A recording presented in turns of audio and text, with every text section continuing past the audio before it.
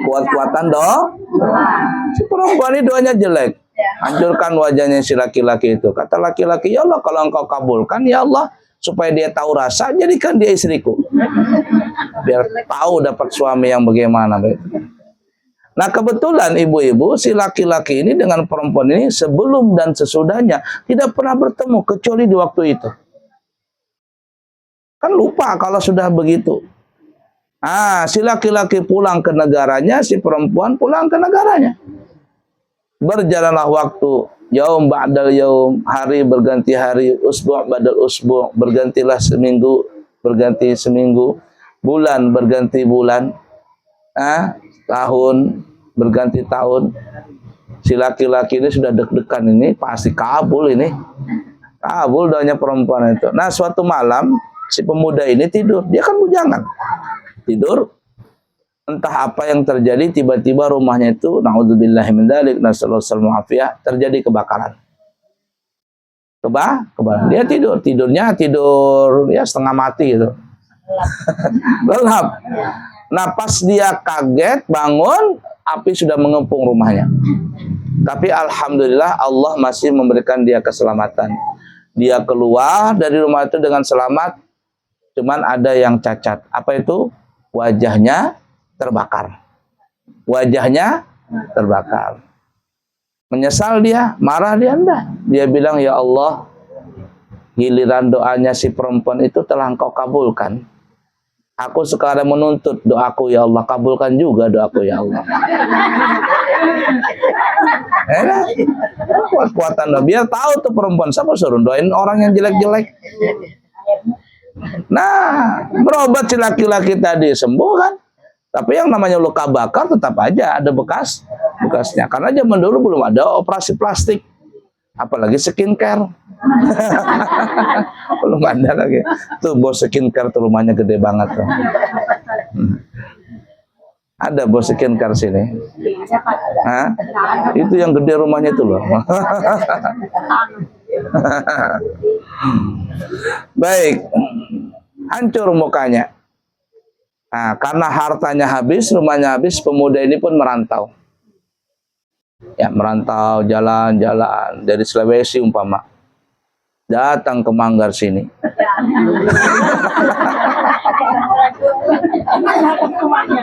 Datang ke Manggar. Sekalinya mau sholat nih, mau sholat zuhur umpama. Datang ke Masjid Ad-Din situ. Bilang sama Pak Imam, Pak, saya boleh nggak jadi muadzin di sini? Bisa kakak muadzin? Bisa katanya. Ya sudah. Si imam ini ngeliat, ngerinya mukanya nih. Karena habis terbakar kan? Rusak sudah. Adzanlah si pemuda ini. Masya Allah, ternyata adzannya bagus. Allahu Akbar, Allahu Akbar.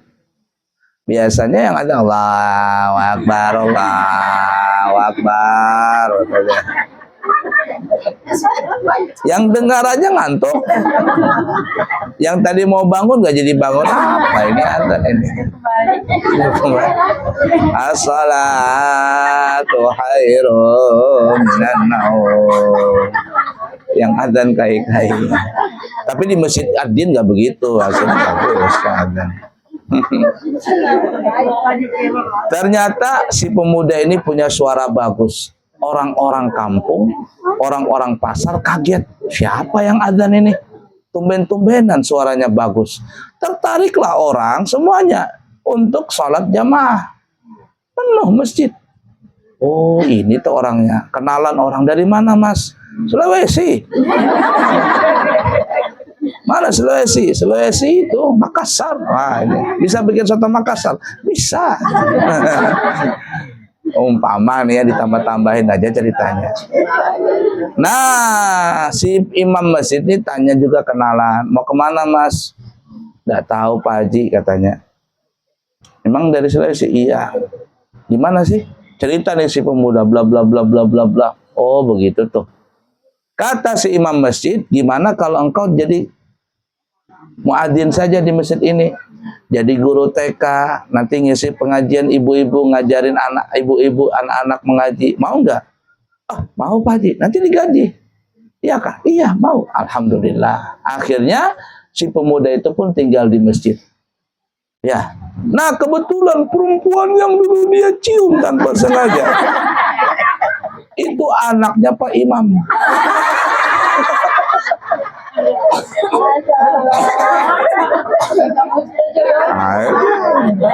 Siapa suruh doa yang jelek-jelek?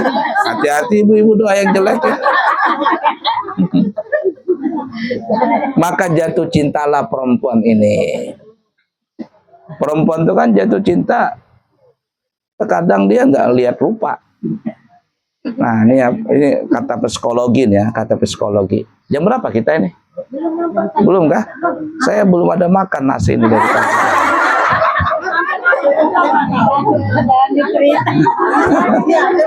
Dan tadi saya datang ke sini manasik umrah, tapi disuruh nenek haji makan. Ayo Abu ya makan. Pulang dulu saya ke pesantren. Ya, udah guyon aja itu. Tapi beneran memang. Aja dulu ya. Sampai mana tadi kita cerita itu? Belum. Perempuan itu punya hati 3 tahapan dia punya hati. Nah ya, 1 tahapan memandang pasangan ini ya, pasangannya. 1, biasanya perempuan itu yang dia pandang kepada lawan jenisnya gantengnya dulu. Gantengnya katanya. Itu tuh anak-anak itu. Yang perempuan anak gadis tuh yang di belakang santri itu. Itu kalau sudah ngelihat cowok ganteng teriakan dia. Tapi ganteng ini relatif. Ada suka yang hitam, ada suka yang putih, ada yang suka sawo mateng, bahkan kematangan juga. Kan relatif tuh orang ganteng tuh kan ya. Itu perempuan dulu. Nanti masuk tahapan kedua. Yang dia pandang bukan lagi gantengnya. Tahu dia. Yang dia dilihat sama perempuan kepada suaminya bukan lagi ganteng. Biar suaminya gendut, hitam, jelek, bau, hidup lagi. Yang penting duitnya banyak. Duitnya banyak. Di tahapan yang kedua ini yang repot nih perempuan ini. Lalu apa ada istilah? Istilahnya apa itu? Ada uang abang sayang, nggak ada uang abang melempang. Nggak ada uang sendal melayang. Tuh, yang di mana tuh, daerah mana tuh? Perempuan-perempuan jadi P3N. Setelah dijadikan P3N, gugat cerai dengan suaminya. Berani gugat cerai. Kenapa? Suaminya nggak kerja katanya. Padahal suaminya yang jual tanah, jual apa untuk menyekolahkan istrinya jadi PNS. Kasihan. Itu tahapan kedua. Nah, tahapan kedua ini yang paling panjang. Suami menghadapi istri yang seperti capek banget itu suami. Capek banget tuh kalau menghadapi, kalau sudah perempuan sudah masuk ke hati yang kedua ini. Pikirannya duit, duit, duit dan duit terus. Mohon maaf Bu ya, ini realita ini. Dan itu memang wajar aja perempuan itu. Makanya ya ibu-ibu, di surga itu ya nikmat yang paling besar bagi perempuan dengan laki-laki itu beda. Kalau perempuan nikmat surga yang paling besar apa? Jadi ratu. Jadi ratu.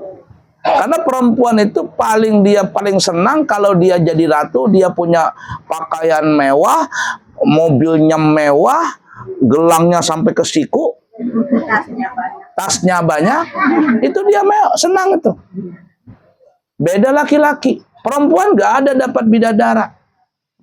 Kalau laki-laki apa? Bidadari. Kenapa? Karena puncaknya kesenangan seorang laki-laki itu kalau banyak bini. Beneran. Beneran itu. Ya enggak? Nah, jadi yang kedua ini paling berat nih tahapannya. Di mana tadi? Di duit. Kalau sudah di duit ini suami itu sakit kepala. Duit melulu. Ya tapi memang begitulah sudah sifatnya, mau bagaimana lagi. Sudah setelennya, susahnya ngomong. Ya dah ngomong itu dah. Memang sudah seperti itu, sudah bautnya sudah. Nah tapi ini yang kedua, nanti masuk tahapan yang ketiga. Apa itu? Perempuan itu tidak lagi mandang ganteng suaminya, tidak lagi mandang duitnya. Yang dia pandang apa? Suamiku ini bisakah membawa aku ke dalam surga? Kalau sudah tahapan begini, aman dah suaminya. Biar nggak dikasih duit, nggak apa-apa. Biar jelek, nggak apa-apa. Yang penting suaminya itu bisa jadi teman curhat di tempat tidur. Bisa bimbing dia, kemana namanya? Masuk ke dalam surga. Makanya ada nenek-nenek nikah dengan laki-laki kai-kai juga. Orang mikir, apa menikah tua? Kata nenek, kata kai, aku bukan itu nang dipikirkan. Aku mikirkan supaya kami ini bisa sama-sama beribadah. Ya, yang dipikirkan tuh masuk ke surga. Nah, kalau ada di antara ibu-ibu masuk di hati yang tahapan ketiga ini, aman dah. Suaminya aman. Nggak takut lagi sudah dia. Beda dengan laki-laki. Dari dia lahir sampai dia mati, otaknya cuma satu. Apa itu? Kepingin melihat perempuan itu cantik. Itu. Kalau melihat istrinya jelek, udah senang dia. Bahaya kalau ngelihat istrinya jelek, istri tetangga cantik, bisa berlain mata, bisa berlain hati itu. Makanya pandai-pandailah perempuan itu mempercantik diri. Untuk siapa ya? Suaminya. Jangan untuk orang lain. Ini di rumah tidur pakai pupur dingin. Ketika suaminya hendak mencium, kelimpanan mata suaminya. Kenapa? Rontok itu pupur dingin. Tapi ketika pengajian, ketika pengantin, la ilaha illallah, parfum itu dimandikan ke badannya. Ibarat kata nih. Nah, jangan begitulah. Ya. Nah, itu. Jadi perempuan ini, kita kembali ke anak imam tadi. Ya, anak imam ini jatuh cinta dengan si laki-laki. Enggak apa-apa lah. Rupanya jelek, tapi akhlaknya baik. Agamanya baik. Ini kalau dibikin sinetron, ibu-ibu, judulnya si cantik dan si buruk rupa. Kan ada zaman dulu sinetron ya, si cantik dan si buruk rupa. Makanya ada nanti kalau menikah begitu, kata istrinya, bang, ada apa? Kita ini penghuni surga. Kok tahu dari mana kita penghuni surga? Karena aku pandai bersyukur dan engkau pandai termasuk orang yang sabar. Maksudnya gimana? Ya, maksudnya engkau termasuk orang yang bersyukur, aku termasuk orang yang sabar, kata istrinya. Gimana maksudnya? Lah engkau bersyukur mendapatkan istri cantik seperti aku ini. Dan aku bersabar mendapatkan suami kayak kamu ini. Makanya kita ahli surga. Suaminya mau marah, ya benar. Nah, tapi kalau dibilang marah nanti takut juga. Jadi ringkas kata, si perempuan ini jatuh cinta kepada si laki-laki tadi. Zaman dulu kan nggak ada handphone, nggak ada apa. Zaman dulu masih.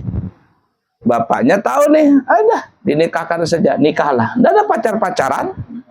Kayak ibu-ibu zaman dulu, ada nggak pacar-pacaran? Nah, zaman sekarang ini, kekanak-kanakan zaman sekarang ini, udah karuan sudah sifatnya. Nikah. Di malam pertama, si perempuan ini cerita.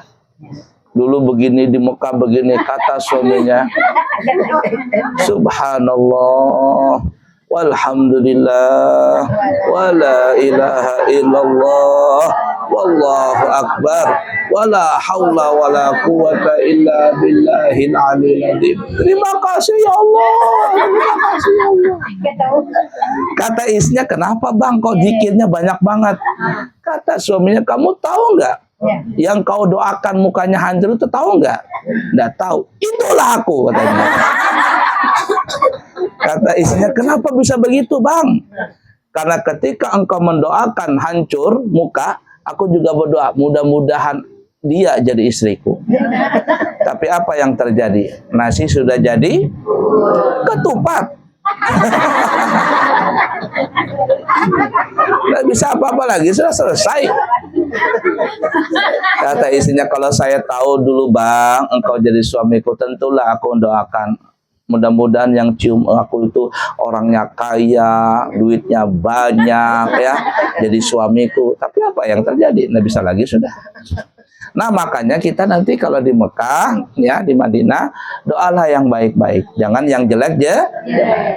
Ya Allah, duit ya Allah, minta uang ya Allah, minta uang. Ada orang yang orang tawaf itu, ya Allah, Innova, ya Allah, Innova. Ada itu. Orang Jawa itu nanti doanya tuh macam-macam. Ya Allah, saya jual sawah berangkat umrah. Nanti pulang belikan saya lagi sawah ya Allah. Saya jual sapi ya Allah. Kembalikan sapi saya. Boleh nggak begitu? Boleh. Nggak apa-apa. Minta sama Allah. Ya enggak? Ala kuliah.